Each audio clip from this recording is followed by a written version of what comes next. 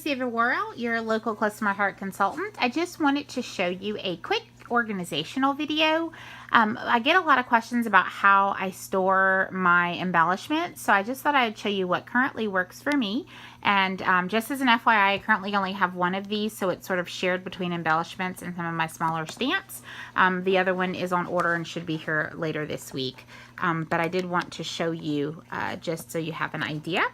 So inside of here, in the very back, of course, you see the M-size stamps, the ones that are typically housed in here, and then a couple of little W's, and those, again, like I said, will get moved. But in the other three compartments, you'll see that I have my embellishments. So in the front here, I have dots, and you'll see I have a couple of packs, documented, Stargazer, and another documented.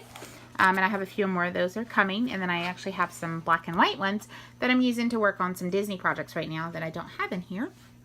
And then in this next little section, I have some enamel gems and also some pearls. The white and the gold are in here. And as you can see, I have plenty of room to add more if I need to.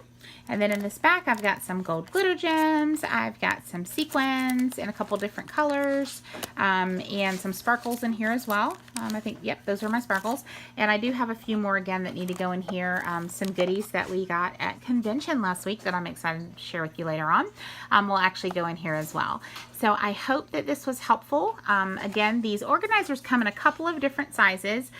We had a few more sizes, but they have been discontinued, and hopefully will be replaced at some point.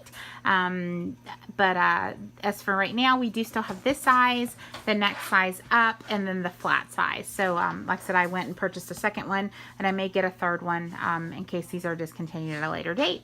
So I hope that this was helpful. If you have any questions, as always, please feel free to message me or leave a comment below. Thanks so much, and have an awesome night. Bye-bye.